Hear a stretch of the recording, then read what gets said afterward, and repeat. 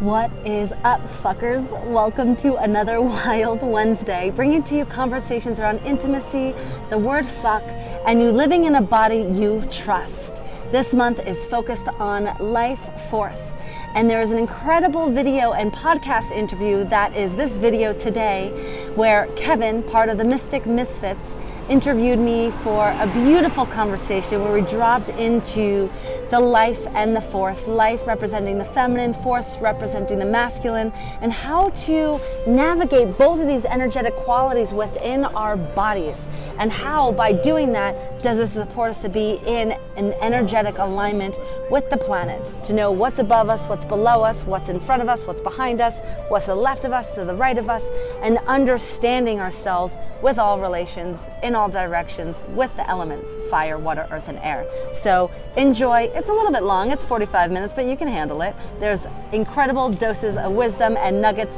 that both of us provide, and allowing ourselves to be these beautiful wild vessels for this information to come through. So enjoy this life force moving and breathing with you, and tune in again and again and again. I hope to see more of you soon, and enjoy.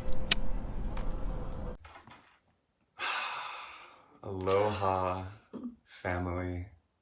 Welcome, welcome, welcome. This is the Re-Evolution Podcast, and I am joined today, as I hit record, by Elana Meta. And this is really exciting. This has been a long time coming, I would say. I was just speaking with Elana about how we met, or how I first heard about her earlier in this year. She reached out to me after being tagged in one of my videos about 10 to 15 times.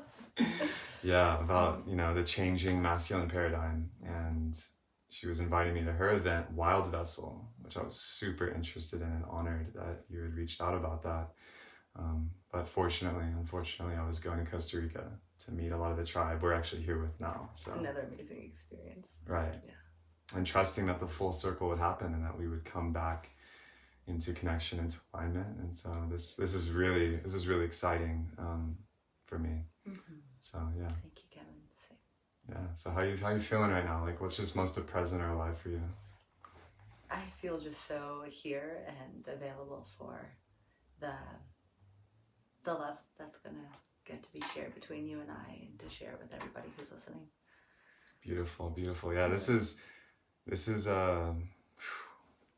actually the first in-person podcast I'm recording. Wow. So you have the honor to This be is the the first time I'm on social media in 5 months. Wow. Yeah. Wow. Let's get right into that. Let's just follow the fast energy, because I know you've been living up here in Boulder. Yeah. I guess since Collective Legacy, huh? Yeah, since mid-September.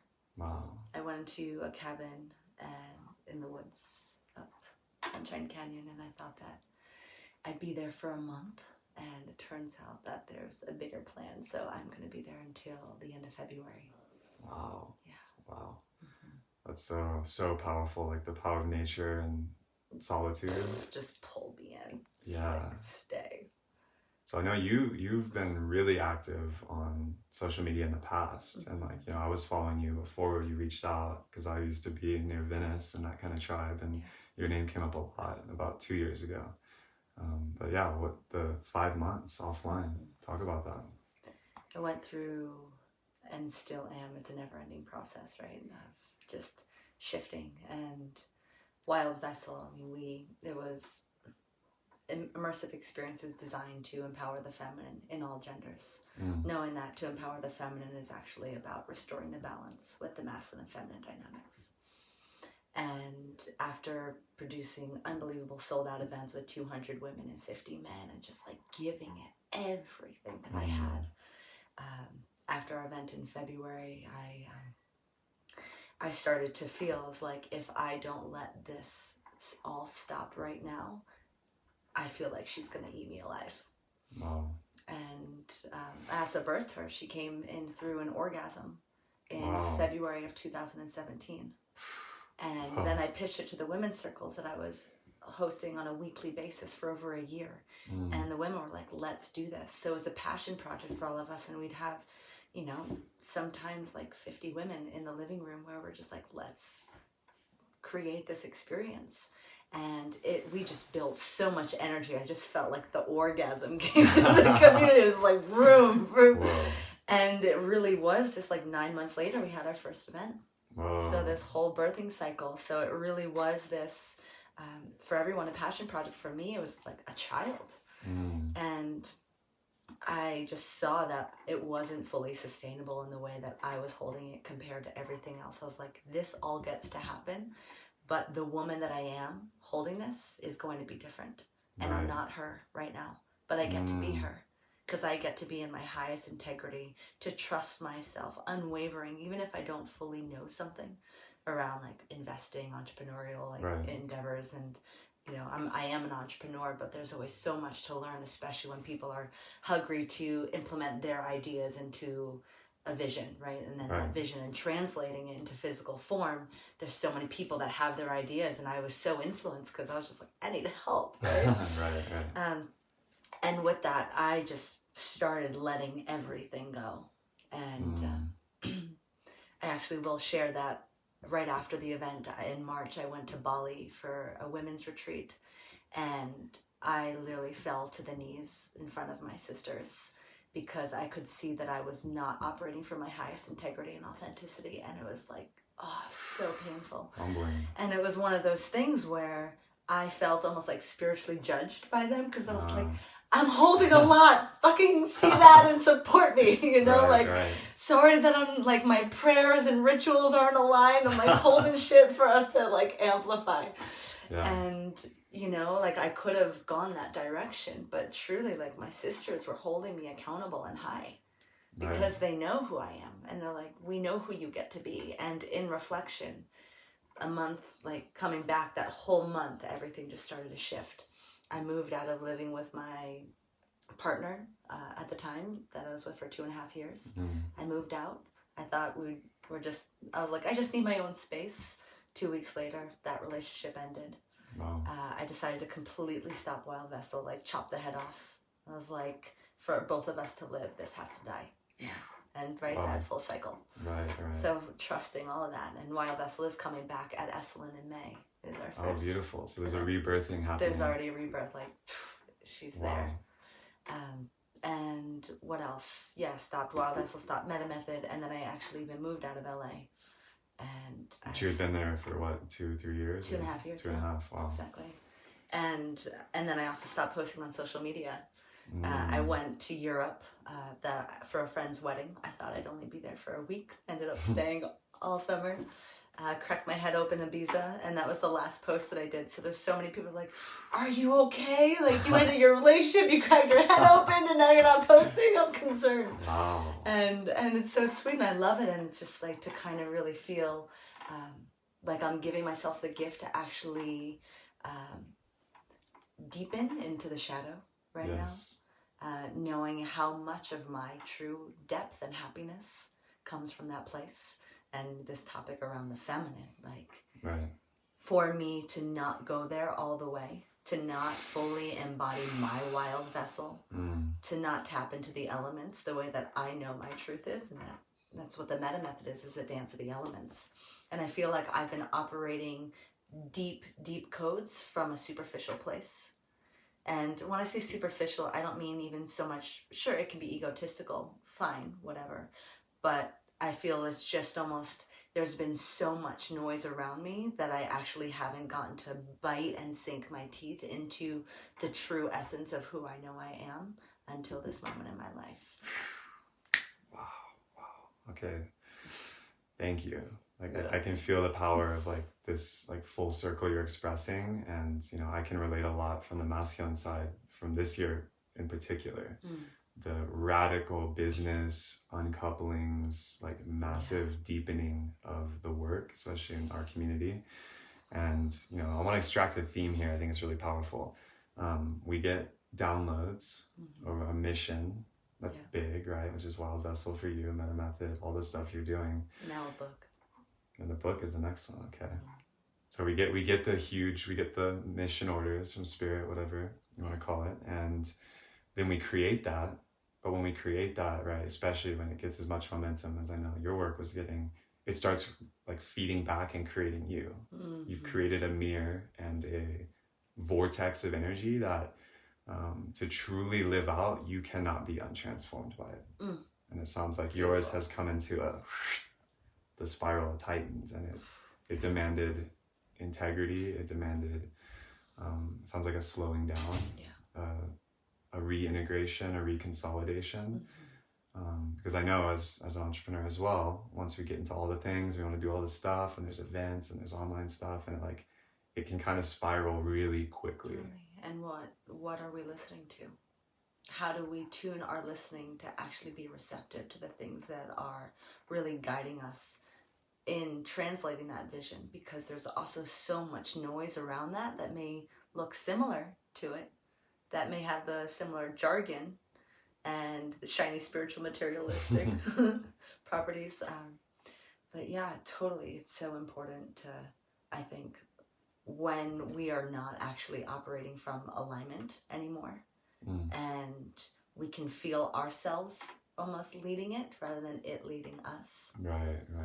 That's so important. It's like paradoxically, when something gets really big, the surrendered leadership and embodiment is the most important. Totally. Because if we're trying to like control it and like, oh yeah, I'm gonna keep moving it forward, that's when the burnout can happen. And I can so relate with my own work this year, especially. I was pushed off a cliff into the men's work and into that. And yeah, this summer I also burned out, went offline, injured myself, uncoupled, like went through the whole.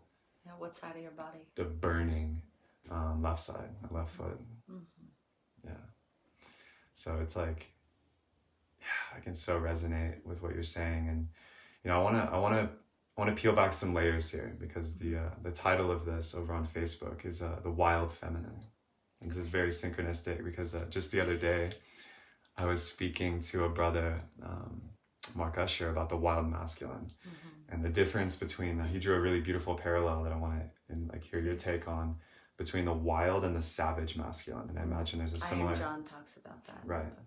Right. And I imagine there's a similarity in the feminine, where like a wild man is in connection with his emotion and raw power and nature, which is the feminine within him. Whereas the savage man, though he's wielding a lot of power, is actually from a place of disconnection, because it's just like, hey, I'm just going to make money. I'm just going to mate. I'm just going to like fight, you know? And I think in our culture, we're seeing a lot of the savage play out, especially in politics, especially on the mainstream. And so I think for a lot of men, you know, this is what's happening. I've seen in all the men's work this year I've been blessed to be involved in, is either men who never went to the savage and so became impotent, reconnecting to the heart, becoming rewilded, or the savage men, the ones that were successful in the more toxic paradigm, understanding that that's not serving them or their women or their friends or their work. So I would love to hear about your take on that, because I know you're in touch with the feminine side of this. It's beautiful. Thank you for bringing this up. So the language that I use is protector, predator, or passive.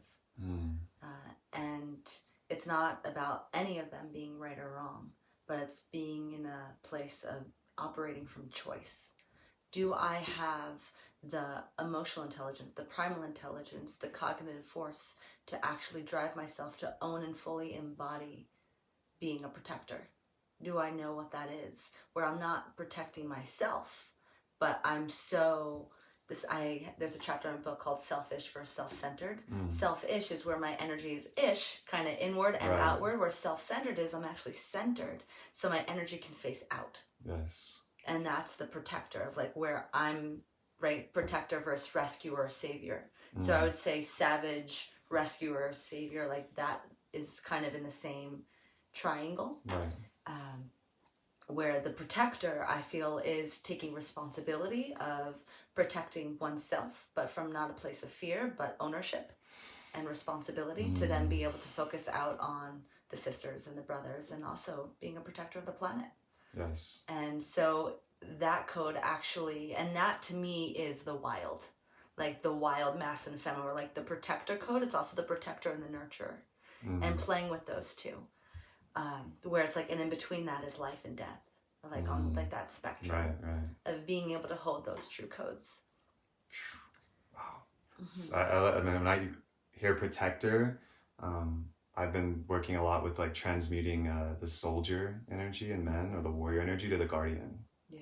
Which is someone who wields the power of life or death in defense of life itself, instead of using it to accrue or to cut or to like separate from nature. So I think this is like, yeah, and I big. just, for protector, and you know, I was definitely playing with guardian versus protector for a while, and what I loved about just feeling the power of a protector, it feels pro, it's like for something, and also it feels like as a protector, I'm choosing to step in, like actively step into this role.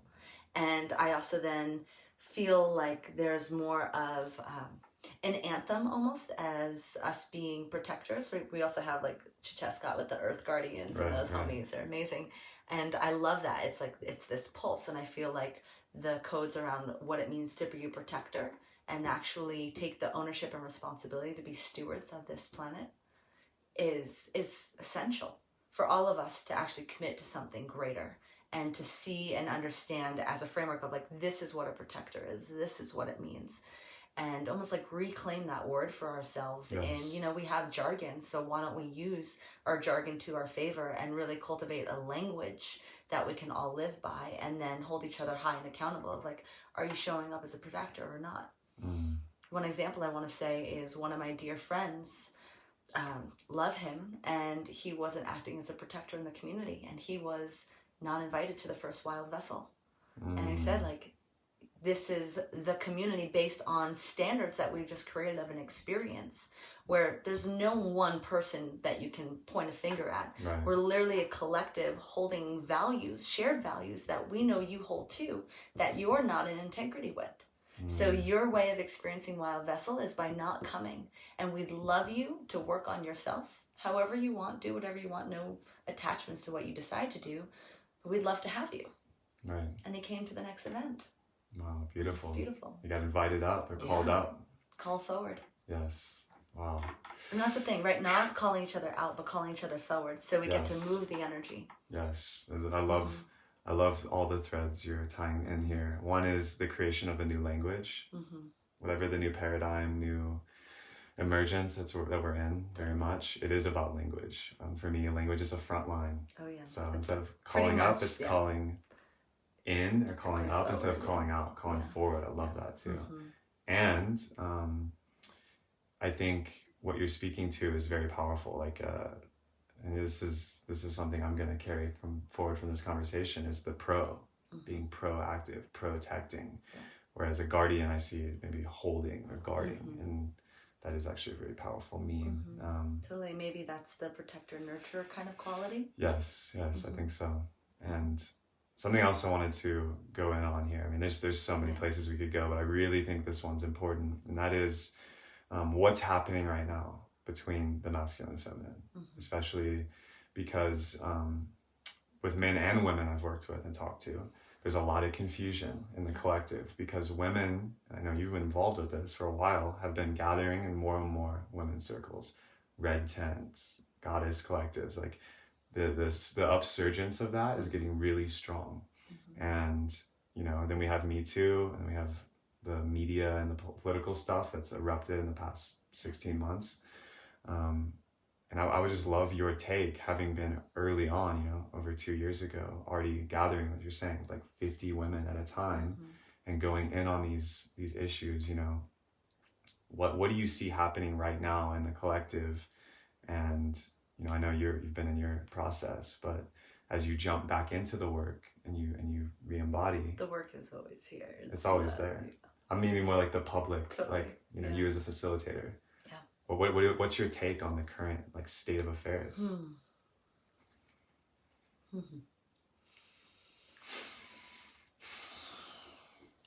If I could share with the women what our thing is to work on, and the thing for the men to work on, sure, whether it's together or apart. For the women, it's forgiveness, and for the men, it's responsibility. Because I think the women, and why women feel called to gather without men right now, is because of the safety women are desperately desiring to feel to actually even tap into the wild woman. because there's so much perfectionism that women are having to deconstruct to actually get to the deeper depths and roots of who they are in their messiness, in the untethered wild feminine, and feeling safe to reveal that. And if men are not in the space taking responsibility of the past generations that have come before them, to also being in that protector state and understanding that from an embodied standpoint and trusting yourself, like living in a body that you as a man trust, knowing where you stand, where you don't stand, how to stand for yourself, how to stand for others, and being able to like tap into the energies of all of those quadrants. That I feel like is this energetic space that women truly need to actually unleash the feminine, which I feel like for men to see the unleash of the feminine, to me the feminine is like the life. Yes. So I'm working with I'm all about word plays right now and reclaiming our language through our words. So using the masculine and feminine, I've been using life force. Life being the feminine, force being the masculine. And right now we live in a patriarchal structure where we're using so much force and we're actually extracting from life. So how can we actually be in integrity to know who we are with cultivating life and also cultivating our force, knowing that both of them need to be practiced separately, but also it is essential for them to come back together. Yes. And I think there's a lot of challenges around, is this a gender thing? Is this an energy thing? Because there's so many women that are desperately craving the feminine. I think there's men that also really want to see the feminine fully free, yes, especially free in themselves, so that men actually can tap back into their masculine. But I feel like without the codes of the feminine being like strapped into the medicine bundle or the tool belt, or like having that sword before you go into battle, like think of a man like having like a woman, or having that feminine, having life behind him as he goes to the battlefield. Like the life that is in him to charge that force is so much more stronger and visceral, because then you have like a compass. You have life breathing into you to actually trust what you're choosing to penetrate into the world. Come on. Which is why it's so important for like men don't stay so much also in the feminine, because I'm seeing men becoming soft because there's so much fear around the actual attributes of what it means to be in the masculine, because there's not that many role models that are actually accessing both life and force in a place that is taking full responsibility and ownership and then penetrating that out into the world. Well, we're getting mega codes here, family. This is big, and I love that, life and force, because masculine and feminine, every time I use this, and like I try to bring it to yin and yang, I'm like a huge Taoist nerd, people get so tripped up on that, and they get stuck in male-female bodies, and it bypasses the conversation. But what you're speaking to is potent, because the masculine can be seen as the force, the penetrative ability to affect the world, and then women embodying life itself, they're the creatrix. And as a warrior, as a man, as a guardian protector, and this is for all men, you know, if you don't have the force united with life, then you're playing with half a deck. Yeah. And there's actually a deadness there, right? Mm-hmm. There's a block. Think of a seed without the sun. It's just going to stay in the ground. It's life. It's not going to grow. Right. And like forgiveness and responsibility, I want to return to that. Like that just like clicked something for me, because sitting with a lot of men, I was really blessed to be at Sacred Sons recently. And just sitting in circle with men, so many men are lost right now, where they're the woman in their life, whether they're married or they have a girlfriend, she's powering up, and she's activating this wild part of her. She's sitting with women, and these guys are just lost. They're lost because they're like, I don't know how to relate to her anymore. They're trying to take responsibility. They want to like be that masculine force. And their tool belts are just not adequate. They're finding it hard to meet, and then, you know, it was really eye-opening for me, because how much divorce and uncoupling was the only like pathway left, because they didn't have a way to reconnect. And so I'm really dedicated on my mission now to rediscover these tools, play with a full deck, get men that, you know, a lot of men are in need of emotional catharsis in the feminine because they've been cut off from it. And I think in the conscious community, some men have activated their feminine to a point where they've lost the power to stand in that force. And then there's this like passivity or impotence that comes in. Meanwhile, the wild feminine is just getting stronger. She'll just bite his head off. Bingo. The Kali just like completely decapitate. And so what I see emerging in this new life force culture is full protectorship from the masculine. So the feminine is safe to forgive, like the past, like we have generations of trauma to move through, and we get to move through it.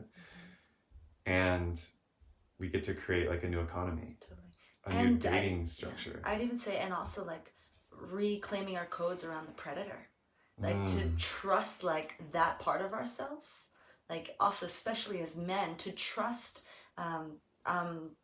I'm an intimacy coach, so one of the things that, and I work with men specifically, is called like fuck kill consciousness, where our ability to fuck like and our ability to kill, like they're right next to each other. And to know that that's, as a man, to know that that's inside you, but not to trust that instinctual nature, actually be afraid of it, and therefore it be expressed more with like porn addiction or like needing to like release energy very quickly and not actually letting yourselves get to like the deeper depths of where that energy is coming from. I feel like it is trusting your ability to fuck and kill, but like who are you all the way down there, and reclaiming those codes of like I fuck, and like I fuck because I'm a protector, like I will kill because of this, and like to reprogram yourself from that seed so you can actually be in connection with your intuitive instinctual nature, to know that when you are the predator, when you're like going to something, you're not afraid of that. You're not afraid of your force actually being out into the world of like, oh, is this too much in the space? Let me sit back. And it really is also the power of like the ability to listen, which I think actually frees us to know how to like really penetrate our energy onto the world. I mean, I've been working a lot with the masculine archetypes, right? And I feel like the one that's most offline is the warrior. If we do king, warrior, lover, magician, because the predatory energy you're speaking of, the hunter, I always think of it like the hunter, right? It's very objective based. Like I'm going to go complete an objective. Maybe I'm going to hunt a game, or I'm going to hunt a woman, right? That's that penetrative like fuck energy. You know, so many men, and I've covered this in myself painfully this year, is like we're afraid of it.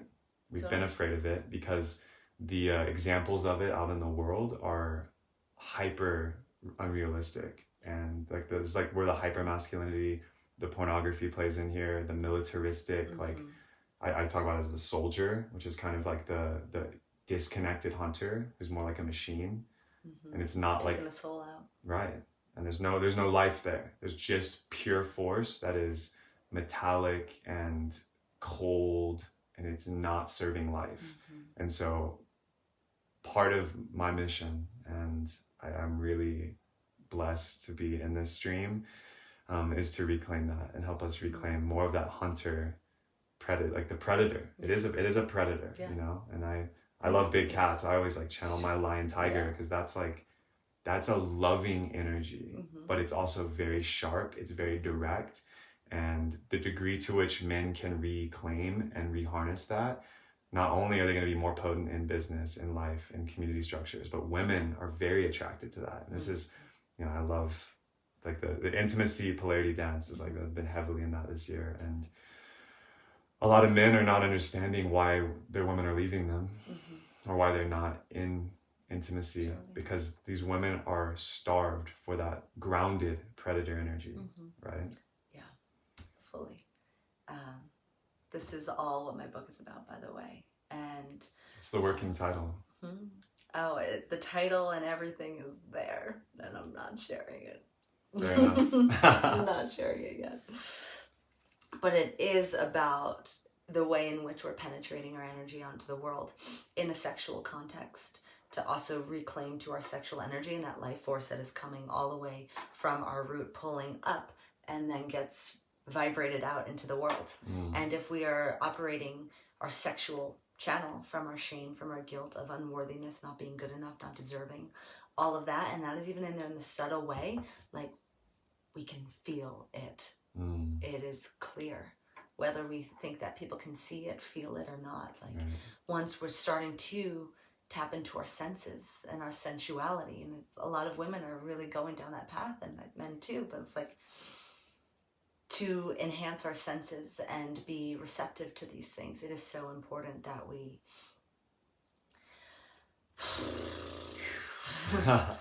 Yeah, that we really start taking responsibility of the way that we're fucking life in all the ways.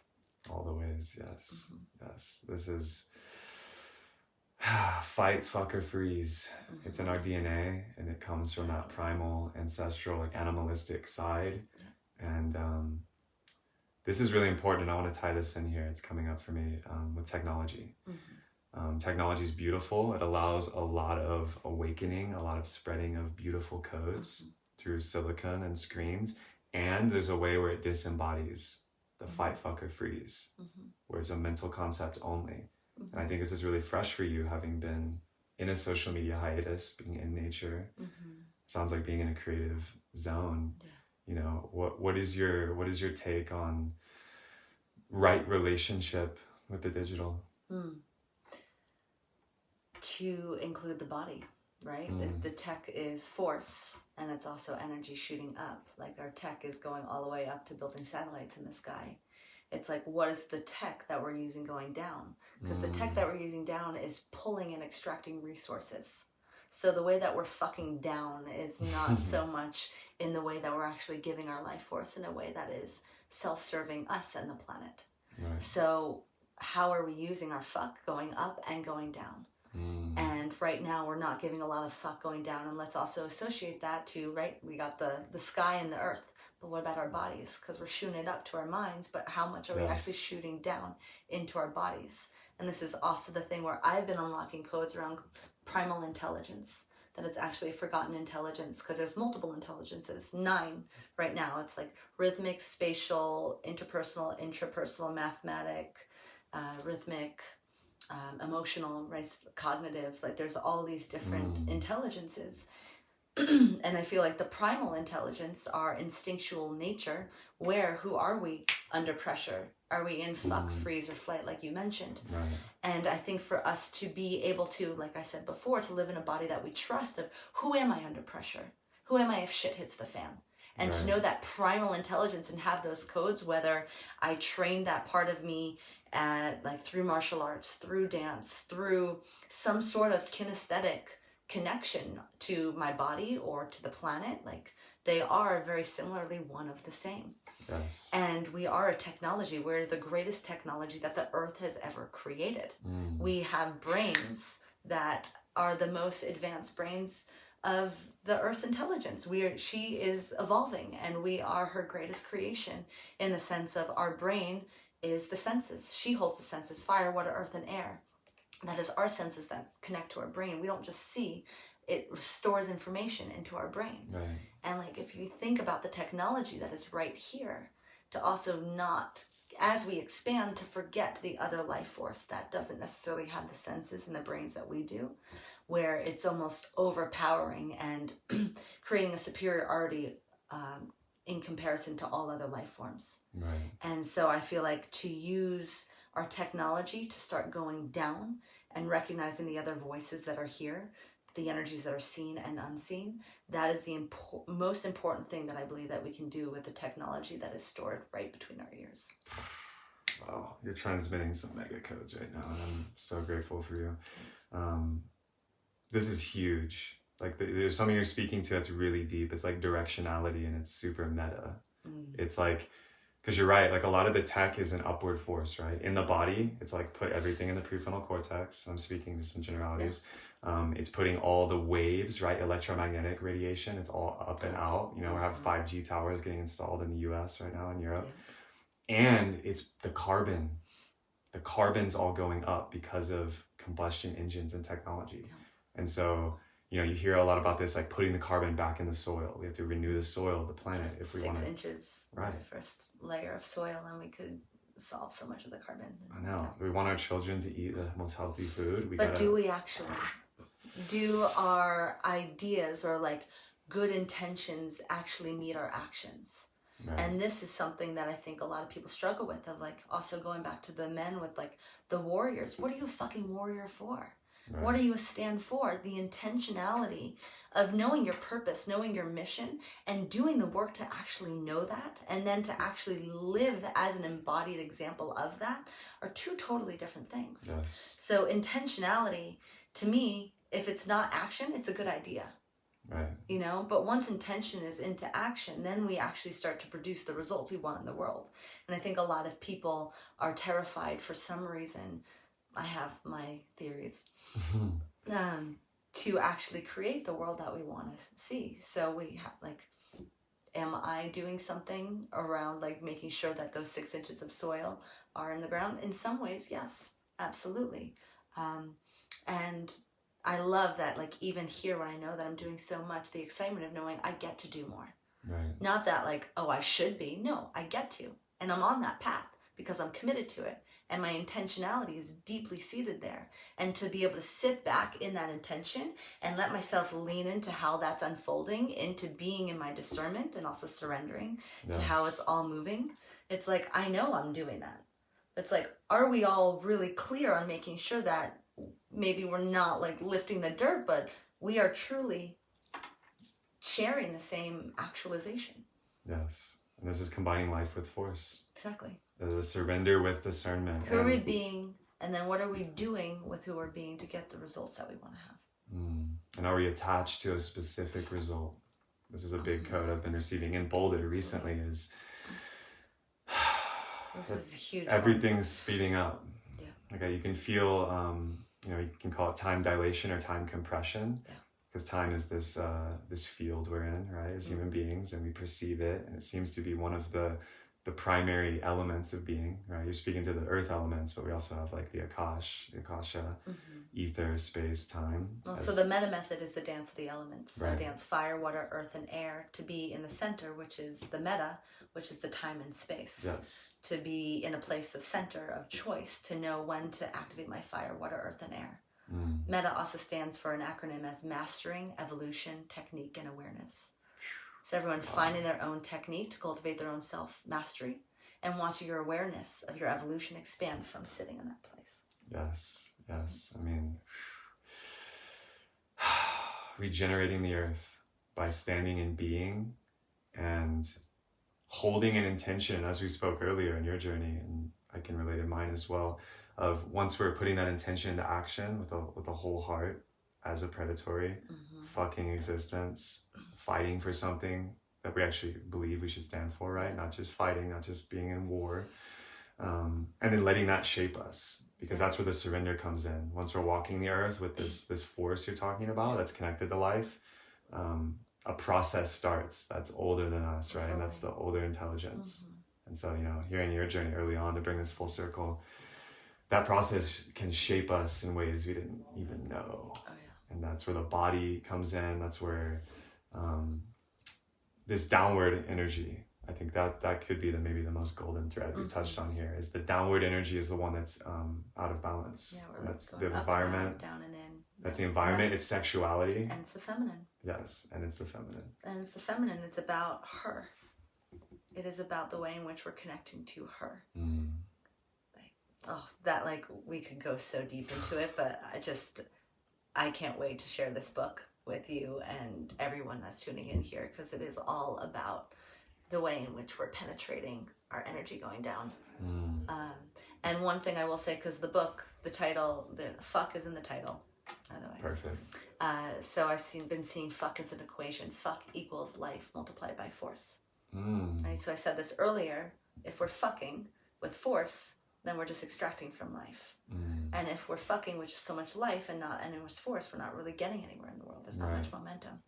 And fuck also means essentially to create.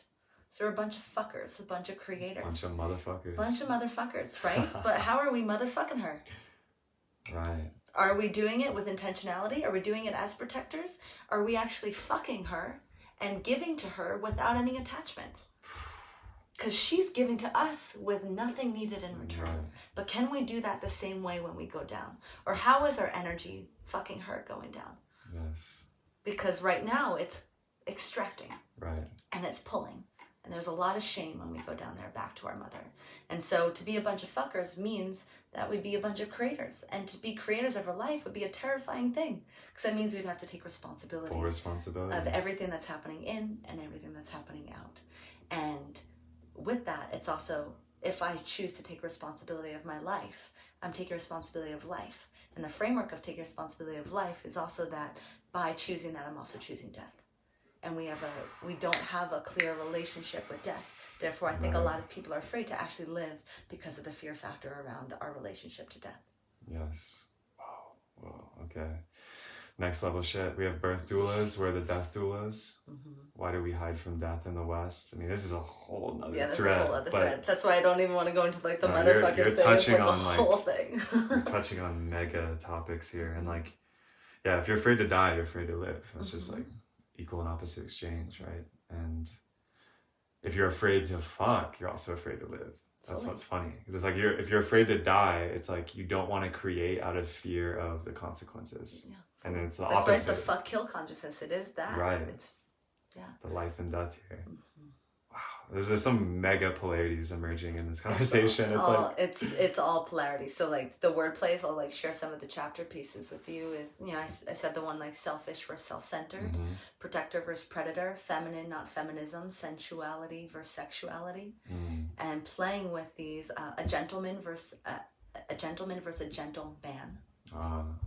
Big. Right, like what are the codes around that stuff? Like a gentleman, like maybe he opens the door for a specific woman, he has great like chivalry, he like has good manners, he knows certain things. It's like, but are you holding those same standards of being a gentleman to men in your life, to other women, to women that you don't want to even sleep with? Are you still holding those same things, or are you a gentleman when you have motives, when you have an agenda, when you have something attached to it? And really understanding, are these things that you're then putting on a persona to actually portray yourself as something that you're not fully owning in integrity to everything else in your life. Unintegrated. Yeah. Wow. That's another thread they're touching on, is like this the old masculine paradigm of chivalry, of the gentleman. Totally. And where does that even come from? Is that coming from a place of empowering women or disempowering women? Exactly. Of being weak, or empowering them to actually own other pieces of their strength? So you're like, I got this, so you can fucking like own who you are as your royalty. Right. That's a big code that's being unraveled right now, I think, for a lot of men. This shows up in the red pill, blue pill community, which I've been observing and researching recently, is like, I think a lot of men have lost the fuck consciousness and they've hidden in the gentleman. So I'm happy to hear that. Yeah, one of the things that I continue to ask in the book is, where's your fuck coming from? Wow. Because it's all energy. Fuck can be in the most destructive, violent places. Fuck can also be in the most blissful, fucking ecstatic places. It actually is one of the most universal words in the world. It is. In the way we can use fuck. And it translates through all realms. It does. I mean, Osho pointed this out. He's like, the word used to be God, that could be the all, and it's been replaced with fuck in the modern era. Yeah. Like, because it can fill every... It is that powerful, right? Like, and so like, and to also think about how we've shamed our fuck. That word is inappropriate. That like, it's censored wherever we go, right? Both as a word and as a physical act. So there's so much there that you can't talk about it. Yeah. Because it's actually our tapped in force to God, to ourselves. Wow. And that's by design, obviously, on some level, right? Exactly. So we get to unpackage that and we get to reclaim fuck fully in our language, in our embodiment, in our sensuality, sexuality, which... So this all came through, like, the way that Wild Vessel came through with an orgasm, this whole book and fuck came through the same way. I was like, oh, I'm here more than a month. Got it. Okay. We will write this thing. Wow, thank you for listening to that. Thank you for doing this work, because this is so needed. And I'm curious if you could let us know, when can we expect this artifact? The dream desire for the launch of the book will be when Wild Vessel comes back, which is May 3rd to the 5th at Esalen. So that'll be the first opening of the book tour. Beautiful. Yeah. So if you've been listening in, I mean, Elana has been in the creatrix of, it sounds like, shadow, fuckery, and a lot of deep codes. And so this is, wow, it's a journey. So May 3rd to 5th at Esalen, Wild Vessel returns, and we can expect this beautiful text. Wow. I call it the manifesto to being good fucking human. Nice, nice. So my last question for you, and then I want to wrap here. Is there anything that I could have asked you that I didn't, that you would have really desired? Or like is there a puzzle piece here that has a lot of energy that we didn't touch on?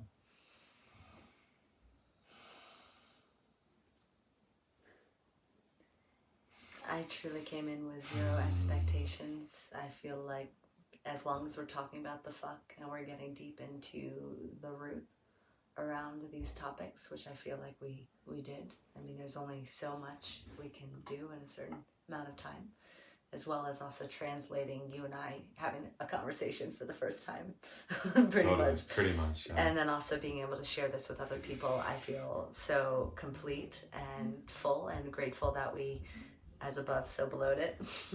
Totally. And yeah, so I feel really complete and grateful.